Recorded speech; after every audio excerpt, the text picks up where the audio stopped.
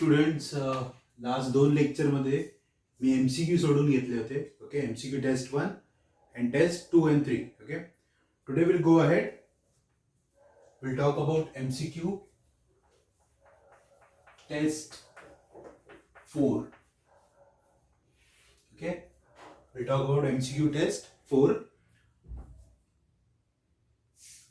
current electricity chapter वरचे. Okay, now look at the question. Okay, sequence बदलू शकतो पण प्रश्न सगळे कव्हर होतील. बघा, first question, the drift velocity of free electrons in a conductor is independent of.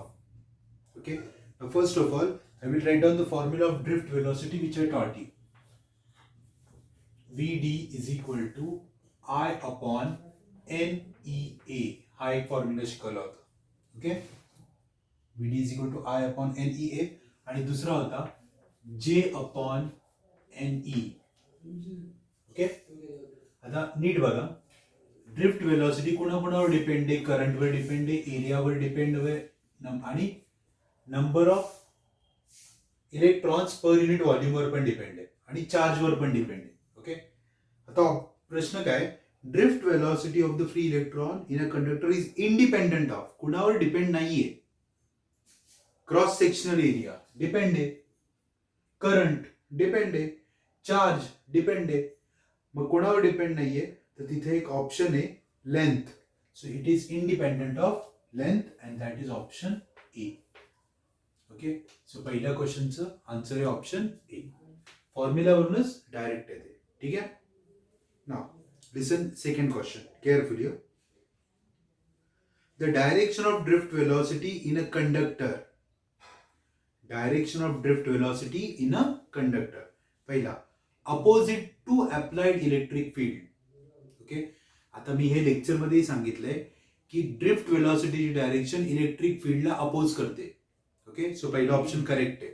First option is correct. Second, opposite to the flow of positive charge. नीट बघा, opposite to the flow of positive charge, not negative charge. Negative चार्जच्या flow सारखीच असते drift वेलोसिटीची direction, पण positive चार्जच्या opposite असते. म्हणजे सेकंड ऑप्शन पण बरोबर आहे. Okay, third option, in the direction of flow of electrons. आत्ताच बोललो, निगेटिव्ह चार्ज म्हणजे इलेक्ट्रॉन. म्हणजे ड्रिफ्ट वेलोसिटीची डायरेक्शन पॉझिटिव्हला अपोज करते, निगेटिव्ह सारखी असते, इलेक्ट्रिक फील्डला अपोज करते. म्हणजे तिन्ही ऑप्शन करेक्ट आहेत. Okay, all three options are correct. आणि चौथा ऑप्शन आहे ऑल ऑफ दीज. ओके, म्हणजे second question the option is D, all are correct. Okay, next third question नीट आहे का? The drift velocity of free electrons in a conductor is Vd.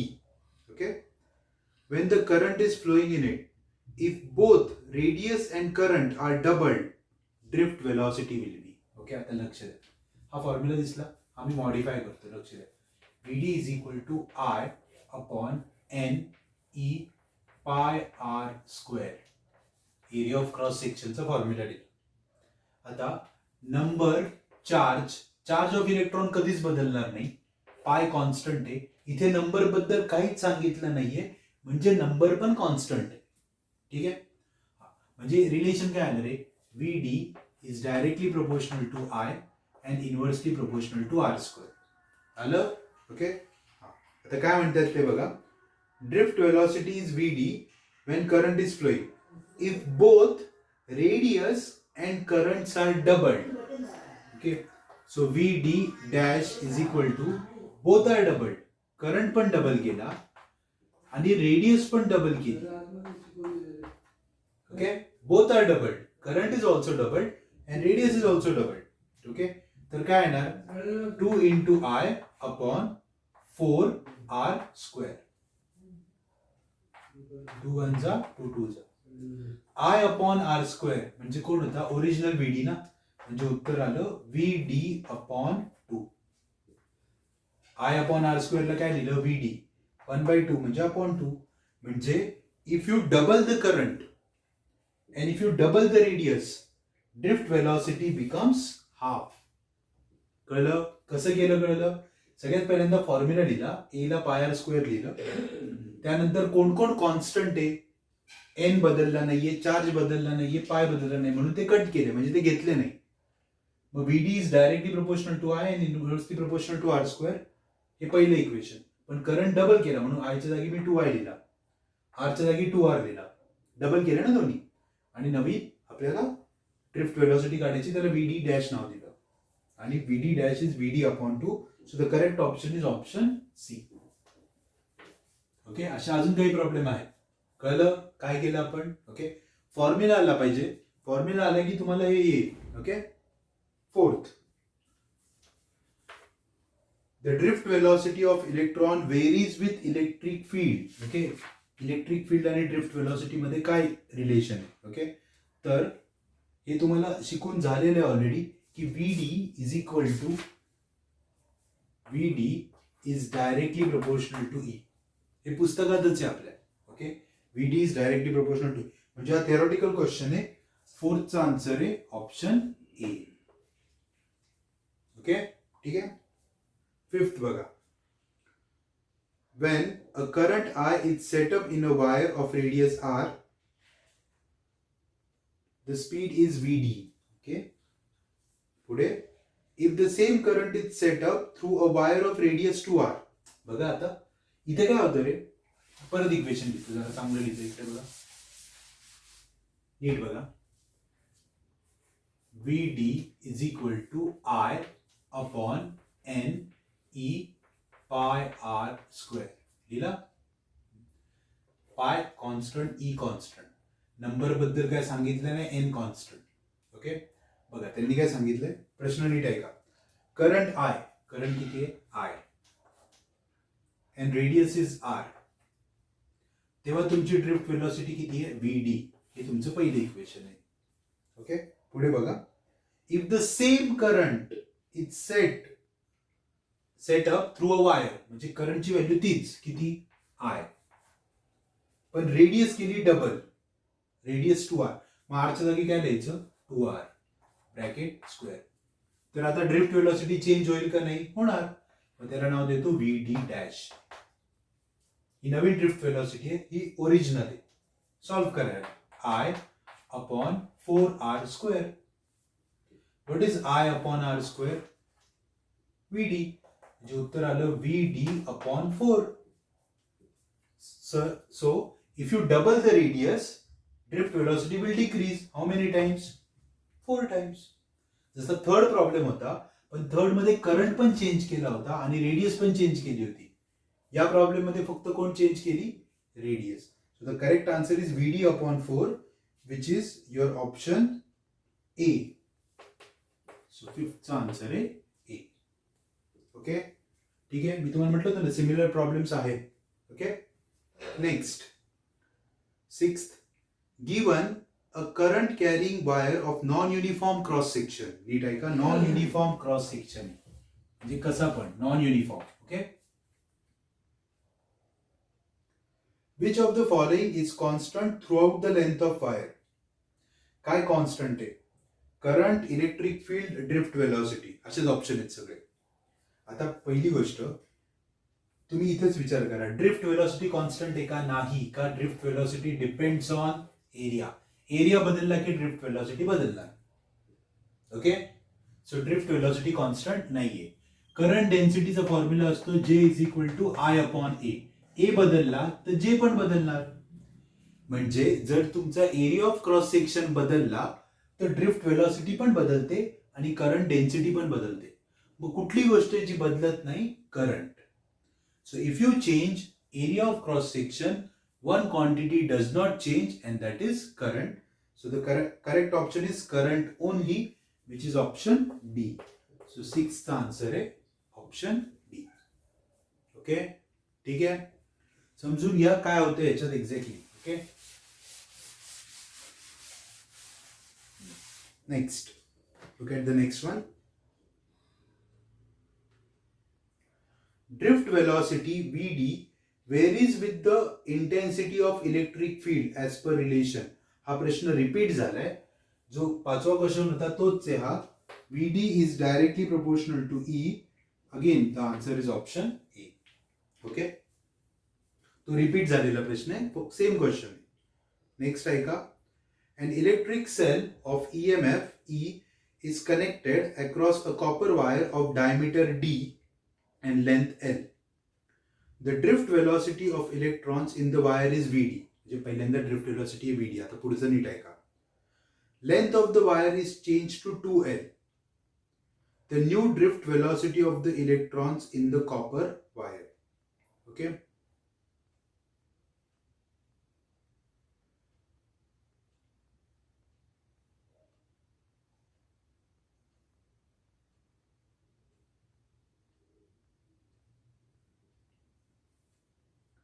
आता पहिल्यांदा तुमच्याकडे कॉपरची वायर आहे, तिची लेंथ एल आहे, ड्रिफ्ट वेलॉसिटी व्हीडी आहे.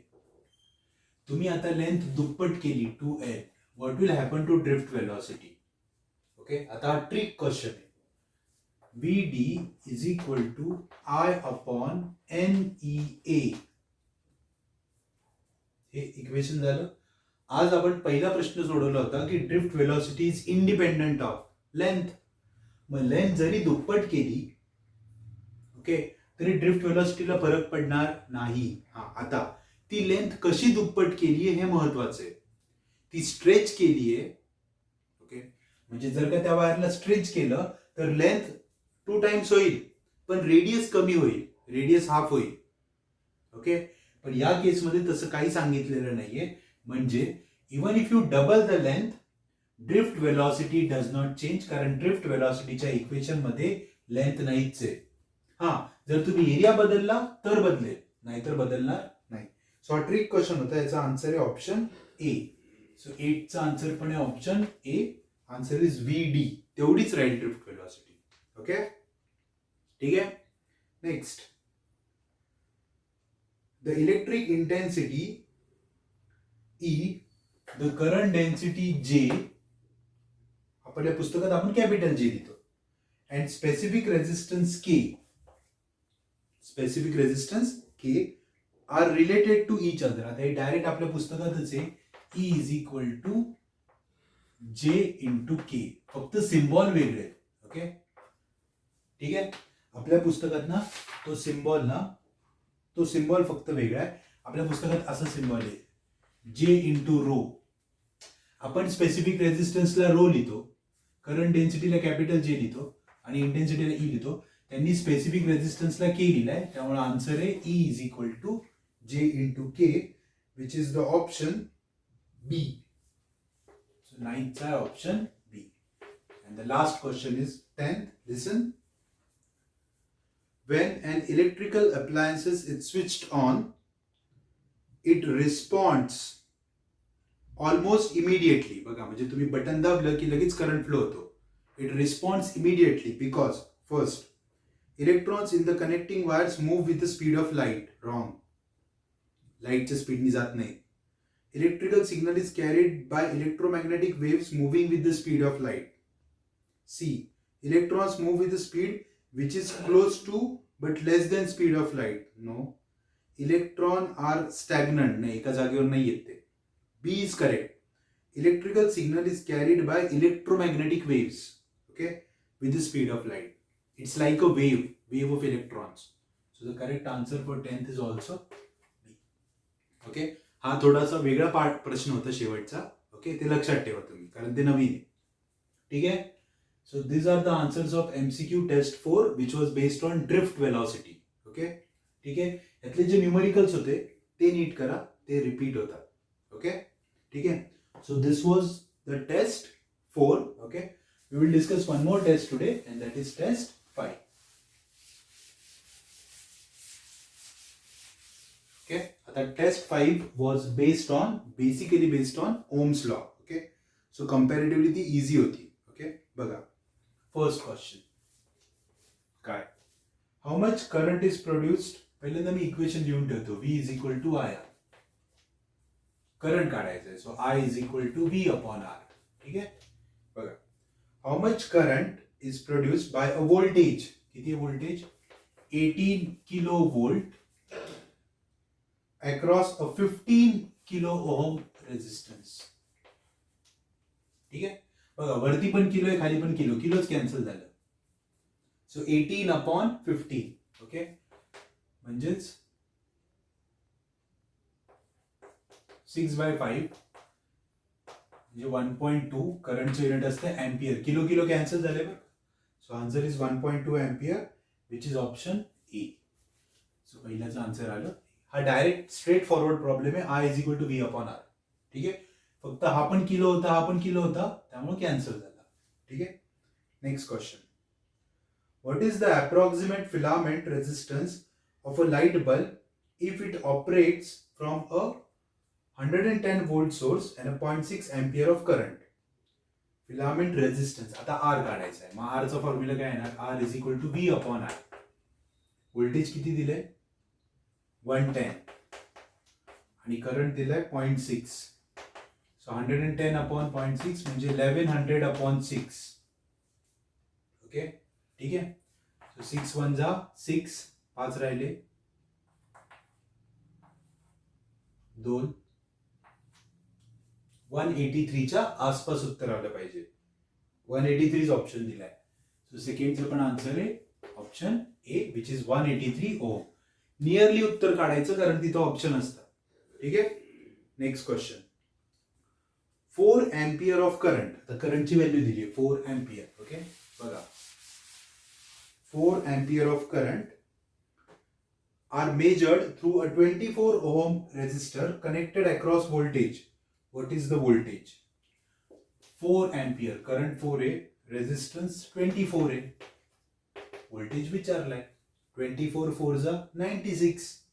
So the answer is 96 volt and that is option C.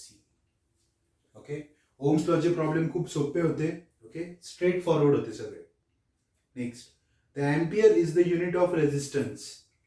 Ampere is unit of resistance. This is false. Okay. तो option B होता false. Okay. इधर direct है. Fifth question. Approximately how many milliamperes of current flow through a circuit with a 40 volt source and a 6.8 kilo ohm of resistance? Okay. आता मी solve करून दाखवतो. Approximately how many milliamperes of current will flow through a circuit of voltage I काढायचा आहे. I is equal to V/R. Okay, voltage किती दिले? 40 आणि 6.8 kilo ohm. किलोला convert करा 10⁻³ चालेल. हा म्हणजे तुम्हाला साधारण हे करायचंय 40/6.8 इंटू 10⁻³ वर गेला -3 आणि एम्पियर. ओके, आता -3 काढला तर मिली एम्पियर येईल ना. 10⁻³ इज मिली आणि त्यांनी उत्तर मिली एम्पियर मध्येच विचारले. म्हणजे तुम्हाला फक्त आता ही डिव्हिजन करायची 40/6.8. आता अशा वेळेस काय करायचं माहिती का? अप्रॉक्सिमेटली करायचं. 6.8 ला 7 घ्या अप्रॉक्सिमेटली. चला 7 ने डिवाइड करा. 7 5 जा 35. परत 5 उरले 0.77 म्हणजे 5.7 च्या आसपास उत्तर येईल मिली एम्पियर मध्ये. 5.7. तिथं ऑप्शन आहे 5.9. बरोबर आहे ना. आपण 6.8 च्या ऐवजी 7 घेऊन केलं ना कॅल्क्युलेशन. जर 6.8 घेतलं असतं तर बरोबर 5.9 उत्तर आलं असतं. ओके, पण तुम्हाला ऑप्शन्स आहेत ना तिथे, मग त्यांची मदत घ्यायची. अप्रॉक्सिमेटली करायचं, अंदाजे करायचं. 6.8 ला मी साधारण 7 घेऊन केलं. 5.7 च्या आसपास उत्तर. ऑप्शन 5.9 आहे, ऑप्शन सी. ओके, असे कॅल्क्युलेशन करायला शिका. हा, जर तिथं ऑप्शन असता 5.7, 5.8, 5.9 आणि 6 तर मात्र मी व्यवस्थित केलं असतं. जेव्हा ऑप्शन्स खूप जवळ असतात तेव्हा नीट करायचं. पण तिथं ऑप्शन आहे 27, 59, 5.9 आणि 590. ओके, तेव्हा मला कळलं की साधारण अप्रॉक्सिमेटली केलं तरी चालेल. ओके, नेक्स्ट बघा 6वा आहे. If 750 microampere is flowing through 11 kilo ohm, what is the voltage? V is equal to IR. आता नीट बघा किती आहे करंट? 750 मायक्रो. मायक्रो म्हणजे 10⁻⁻6. ओके, ठीक आहे. अँड रेजिस्टन्स किती आहे? 11 किलो. किलो म्हणजे 10⁻³ चला करा मल्टिप्लाय. 0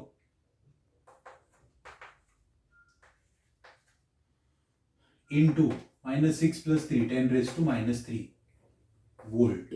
सो आन्सर काय आलं 8250 ×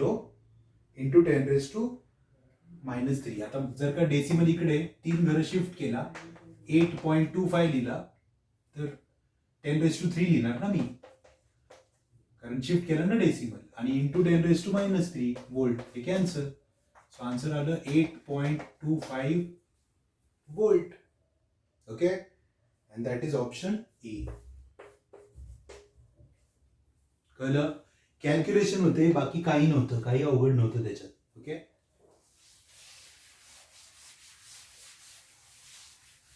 next. According to Ohm's law, आता थिअरॉटिकली ऐका. According to Ohm's law, V is directly proportional to I, V is inversely proportional to I, V is directly proportional to VI, all of these. आता straight forward V is directly proportional to I. That was the first option. Okay. Next. What is the approximate resistance of a rheostat if voltage is 18 volt and current is 220 milliampere? आता R काढायचं तुम्हाला. R is equal to V upon I. V दिलाय 20 volt.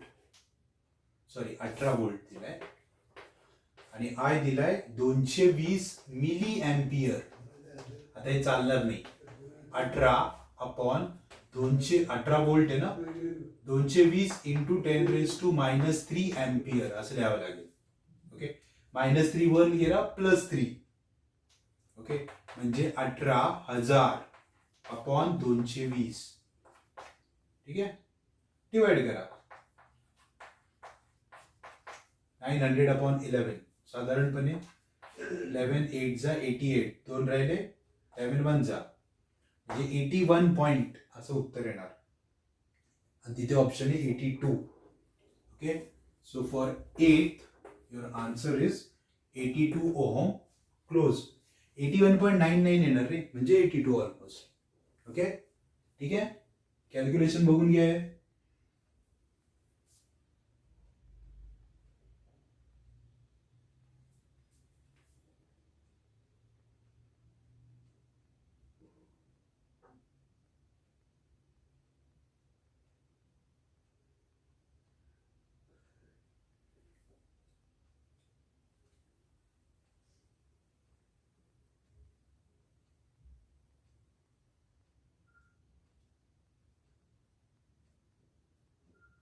Okay, पुढचा बघा. An electric heater draws 3.5 ampere and 110 volt source. Resistance R काढायचं आहे. R is equal to V upon I.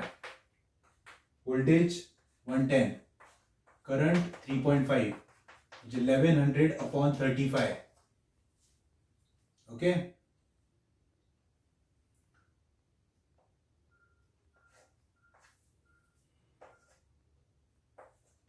(220/7). 5 ने divide केलं दोघांना. 31 पॉइंट समथिंग, 31 ओम ऑप्शन आहे. So answer is D. Okay, ठीक आहे, fine. So these are the question. एक question माझ्याकडनं मिस झालंय कुठला तरी. ओके, आय डोंट नो, तुम्ही सॉल्व्ह करा. नाही आन्सर आलं तुम्हाला त्याचं तुम्हाला सांगा. ठीक आहे, fine. So this was the MCQ test 4 and 5.